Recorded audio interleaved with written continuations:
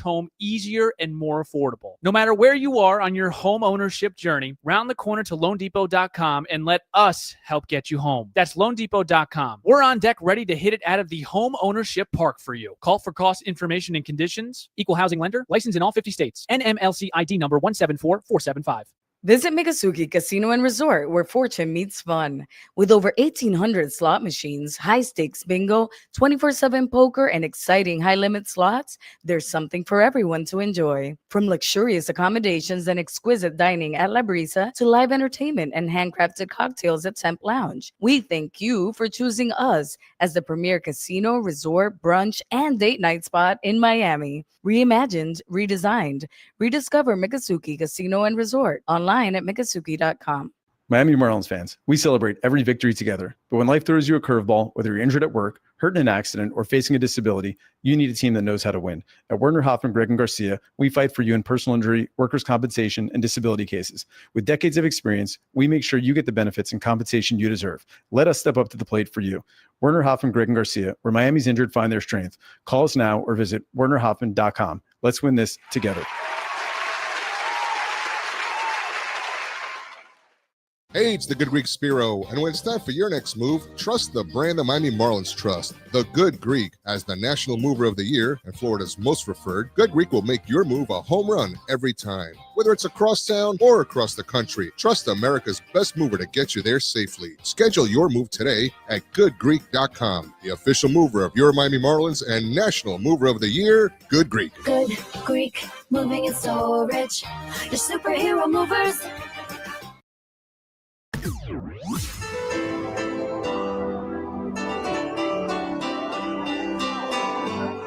Thanks for listening to Miami Marlins Baseball.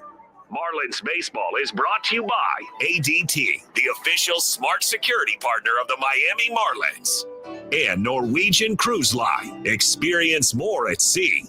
With the 10th Inning Show, here's the voice of the Marlins, Jack McMullen. Well, the Marlins got a Series W against the second-best team in the American League record-wise, the Detroit Tigers, but they could not finish off the sweep. They fall in shutout fashion on Sunday afternoon at Lone Depot Park 2-0. Jack McMullen, Kelly Sacco, guiding you through the 10th Inning Show here. I want to start with Adam Mazur because Mazur was the overwhelming positive story for the Miami Marlins today. Mazur goes 6 innings of one hit ball, 2 unearned runs. There was that one play where there were 3 errors committed on the same exact play. Right after that, an RBI single from Dylan Dingler to just compound. But after that, Mazur settled in. This was far and away, Kelly, his best start in a Marlins uniform. I would have to agree. This is the second time he was able to complete 6 innings as well. And for Mazur to be able to keep the composure. Yes, he got tagged with that RBI single that, again, scored an unearned run right after that wonky 3 error situation on the ball hit by Keith. Yeah. Able to remain in composure, able to get out of the inning really just 3-4 pitches later. And then came back out there and was fantastic and didn't give up a hit the rest of the way. The only other person he allowed on base was Torres. That was the second walk, and then proceeded to go ahead and retire 10 straight. Yeah. 11 straight, actually. So again, for Adam Mazur, the focus coming into this one was 2-strike execution and trying to put away hitters. He was able to do just that. So when they say, hey, this is your goal, he accomplished it. He gave them a chance to win. Marlins, unfortunately, shot themselves in the foot in this one. Kader Montero, Jose Urquidy, Tommy Kahnle, Will Vest. They combined for the shutout for Detroit. Montero went 5. This was a bullpen day. We talked about it. A.J. Hinch has a lot of gadgets in their pitching staff that he can go to. You want him to throw, an inning and 2/3 to finish the game in New York? No problem. Kader Montero, there you go. And then all of a sudden, Kader Montero is back. He goes 5 scoreless. What do you feel like it was with the Tigers today that stymied the Marlins to a certain extent? I think for the Marlins, they were just kept off balanced all game. I'll tell you what, when you have a bullpen game and your first guy gives you 5 innings, you feel awesome. You feel pretty good about that. You feel pretty good about the way that you're set up the rest of the way. The Marlins were able to out-hit the Detroit Tigers. The Tigers had just 4 hits on the day, and 3 of them coming against the bullpen. Marlins had 7 hits, but weren't able to string anything together. Weren't able to get more than 1 hit in each inning. So again, I think it was just kept them off balance the entire game. And one of those situations where the Marlins are probably going to go in there and be like, okay, we weren't able to get anything going offensively, and we shot ourselves in the foot defensively. And this is a team that is built around pitching and good defense. When you don't have the good defense, they're not going to win ball games. Yep. Hey, Kelly Sacco, been an absolute joy working with you It's been this so year. much fun. Let's do it again next year. Let's do it again next year. Let's do Why it. not? All right. When we come back, we'll run you through the highlights here. 10th inning show continues next on the Marlins Radio Network. His start winds down, and I said, is that like a hand thing, like a grip thing? He said, intent. He wants it. 1-2. Having a hard hit ground ball over to second. X stays down on that. He fires to first, and the inning is over. At 95 pitches, Sandy just fired 99 to the knees, and he got a ground ball out to finish off 7 innings of 2-run baseball. Time. Reading plays. 2-2. That one a ground ball up the gut. That is through for a base hit. Augustine probably would have scored regardless, but he can practically walk home from third base, and Otto Lopez has an RBI single. It's 1-0 Marlins in the bottom of the first. The Miami chapter BBWAA. 2-0, that a hard hit ground ball. That is a fair ball down the third base line. That rolls all the way into the corner. As the bullpen catchers watch on, Acosta peels around. He scores from second, and Javi Sinoja has an RBI double. But it is fitting. 2-0 pitch. That one massacred. Out to right and deep. It is gone. Off the facing of the second deck. Troy Johnston drills a baseball. And home run number 2 in his big league career knots the game at 3 in the bottom of the 6th. 1-1. Johnston swings. He golfs the ball high out to right center. It is gone. A multi-homer day, and Troy sends us home in 11. A 2-run walk-off homer, 413 feet. And Troy Johnston has his Marlins moment this year. To learn more. Hey, this is Kyle Stowers, and you're listening to the 10th Inning Show on the Marlins Radio Network. All right, totals, we already gave you totals. Highlights from this one in a 2-0 shutout loss for the Marlins. They could not finish off the sweep of the Tigers. You know what? Series win against the second-best team in the AL feels good enough. How did this ball game sound? Well, nothing to play for you after a scoreless first. Dueling 1-2-3 innings from Adam Mazier, the Marlins starter, and Kader Montero was a 5-pitch home first for him. But then scoring got going in the top of the second after a flyout from Riley Green. Spencer Torkelson walked. Wenzel Perez then flat out to right.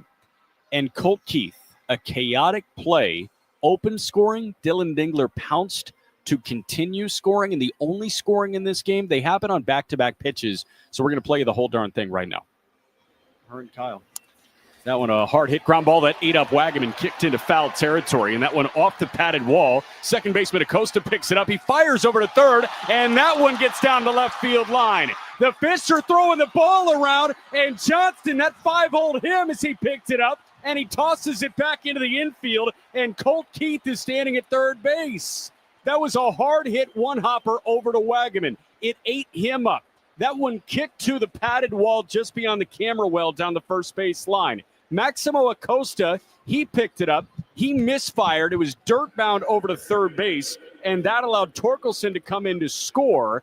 And then when that ball kicked off the padded wall down the left field line, it got right in between Johnston's legs.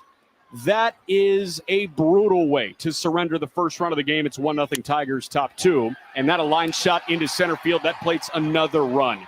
That is a snowball effect right there. It's 2-0 Detroit in the top of the second. Yeah, this is So here you go. Colt Keith reaches on a fielding error by Eric Wagaman. That was the 3 errors on the same play. And then you had Spencer Torkelson pushing to second. He made his way to third. Maximo Acosta picked it up in foul ground down the right field line. He fired to third to try and get Torkelson, but that throw got away. That allowed Torkelson to come in and score. So that is E4 that Torkelson scored on from first base. But then when that ball kicked off the padded wall down the left field line in between Troy Johnston's legs, that allowed Keith to push to third base. So that is how you get a Little League triple and a runner scoring from first base. We do want to play you some highlights defensively, though, because, again, Adam Mazur was excellent. 6 innings of one-hit ball, those 2 unearned runs on back-to-back pitches. Mazur goes 6 innings, and then in the 7th, leadoff walk issued, but big double play rolled by the Marlins. Xfinity, the Wi-Fi is booming. One hopper, that one plucked on a short hop by Acosta. He tosses to second for 1 and on to first in time for the double play. Hard hit line drive. It was sinking on Maximo at second.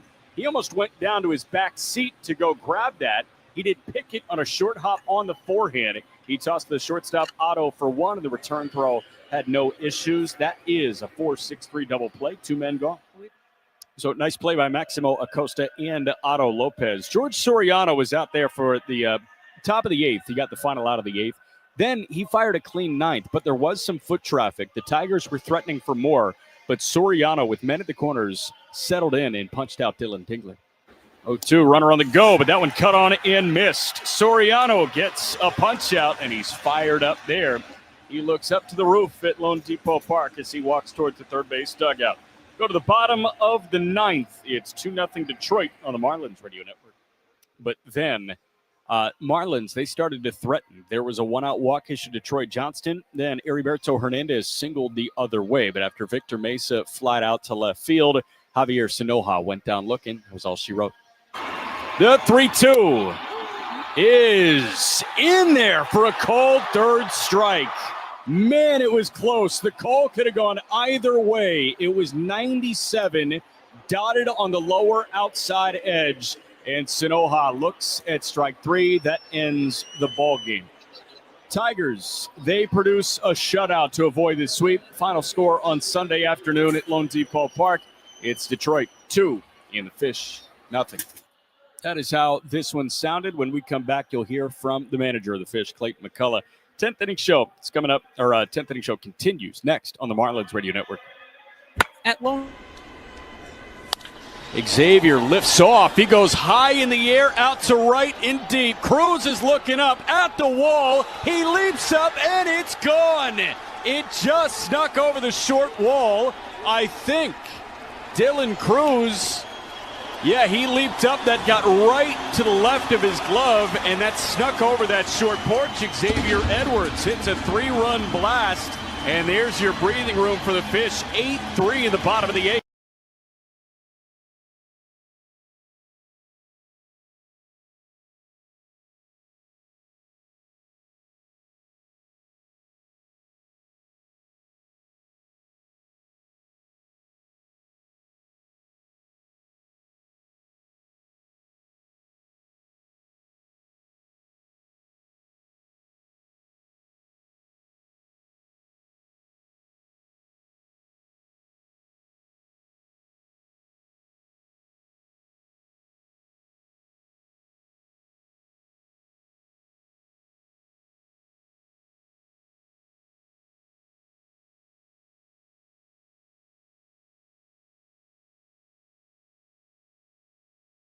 This one blistered at 113 from Wagaman. 0-1. That one blistered out to left, falling quickly. Lyle dives. It gets right past him. It rolls all the way to the wall. Marcy in from third. Here comes Mesa all the way from first. Throw coming home, up the line a little bit, and Wagaman pushes to third. It's a 2-run double, and that doubles the Marlins lead. 4-0 Fish in the home 8. It was amazing. The picture burned into my brain as Weimer hits one high in the sky out to left. Lyle working back shy of the track. He makes the catch. That is deep enough. Wagaman will come in and score. A sacrifice fly makes it 5-0. All right, 10th inning show is rolling on here. Marlins fall 2-0 to the visiting Detroit Tigers on Sunday in the series finale. Let's hear from the skipper, Clayton McCullough, after this one. Base runners there in 7 of 9 innings. You get a bunch on there in the 9th. What did Detroit do well to kind of stifle you guys from actually getting any runs across the plate? Yeah, I mean, I think they just when they getting some traffic out there. They made some pitches in crucial spots and became the difference today. From our side, able to probably build some innings there, especially late, and had our opportunities, and we just didn't come through with the hit, and they made pitches.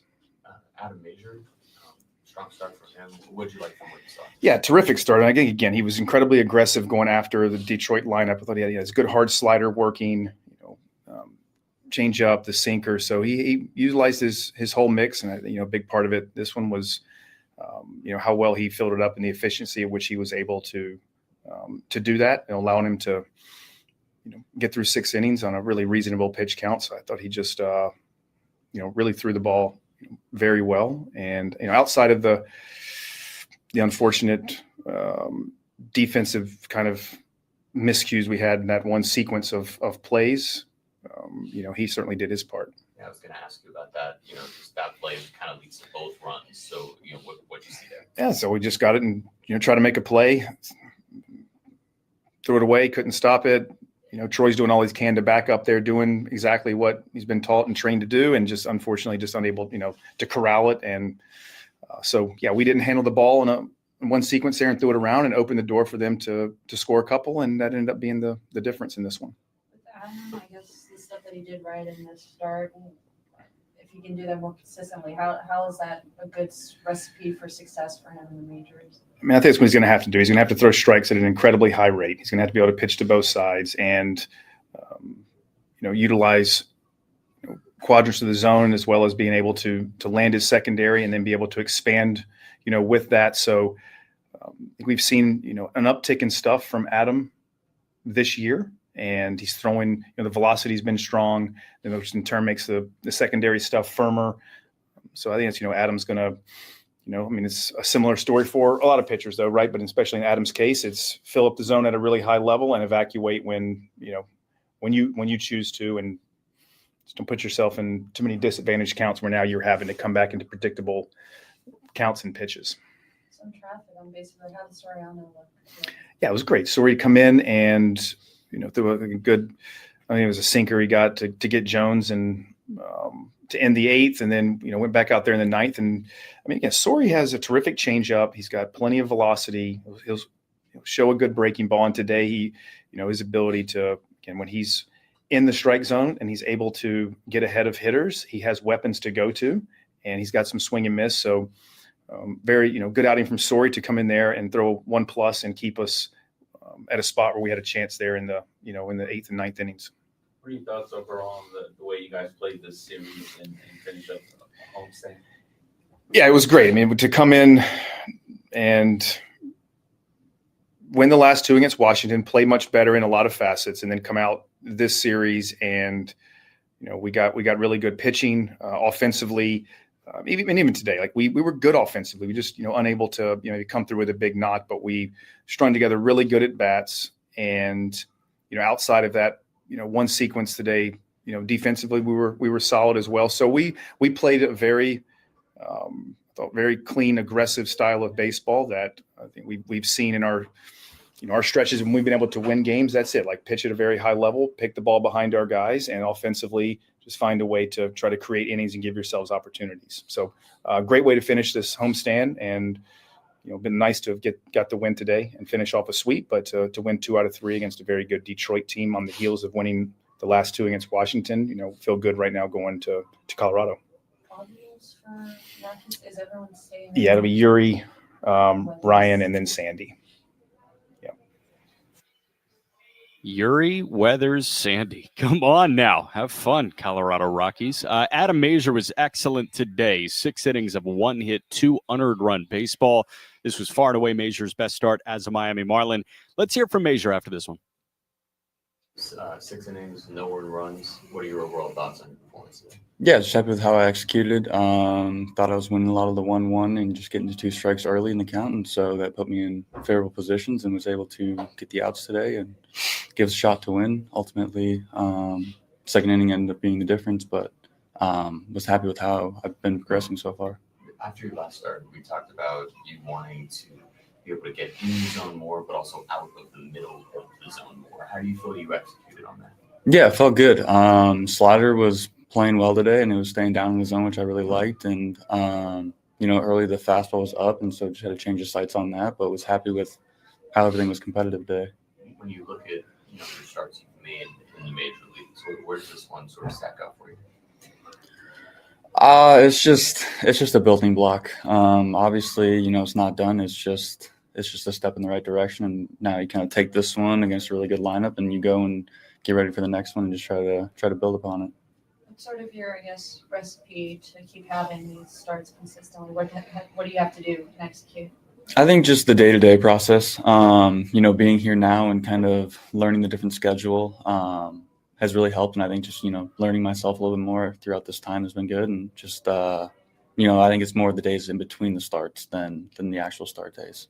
Are there any of your teammates or coaching staff that's kind of you've leaned on in terms of kind of getting that routine or just finding your way? I think a little bit of both, like not really going out there and asking questions, just kind of seeing how guys are doing it rather than, bothering them, just kind of looking on, seeing what they're doing, how they're doing, why they're doing it. But no, I mean, these guys in the clubhouse have been great. They've been super supportive, super helpful. Like even Weathers and I, after my last start, just kind of went over some pitch calls and just looked at the game from a very basic mind, which I really liked, and kind of just dumbed it down and back to the basics.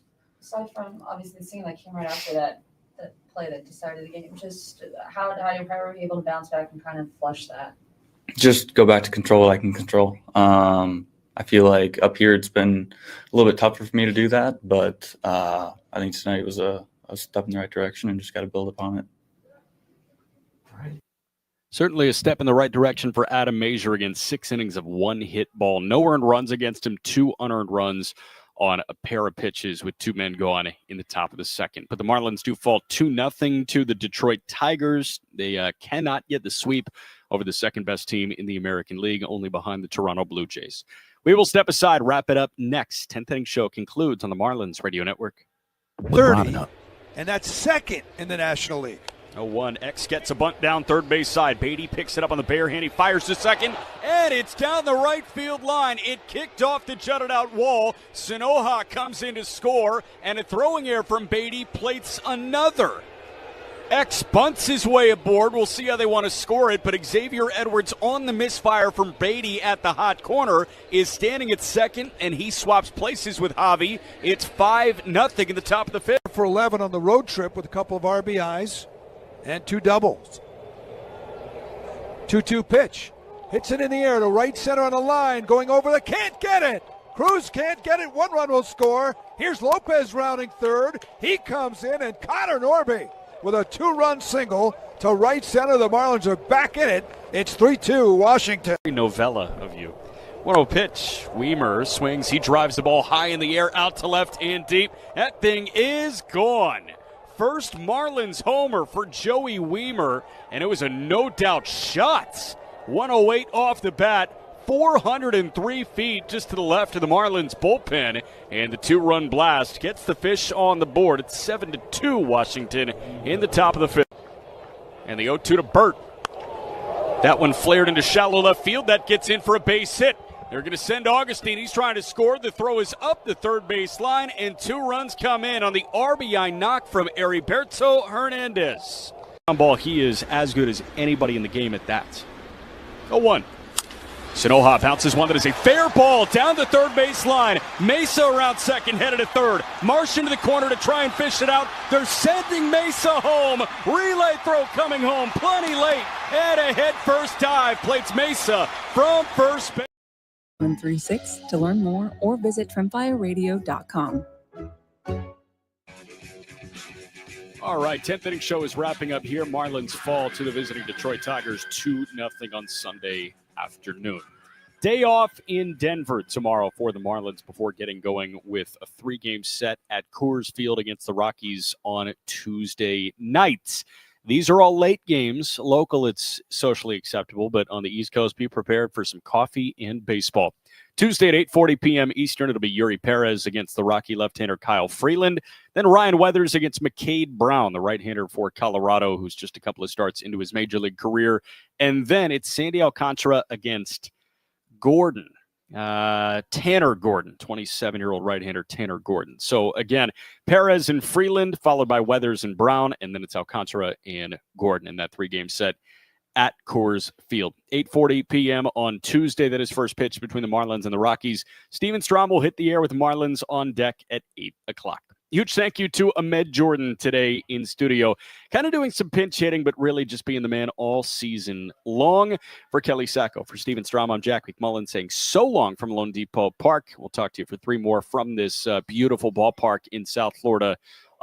The final 3 games of the season against the New York Mets. Again, your final score today, the Marlins fall to the Tigers 2-0. And this has been a presentation of Miami Marlins baseball on the Marlins Radio Network. Number 1 on your car radio preset.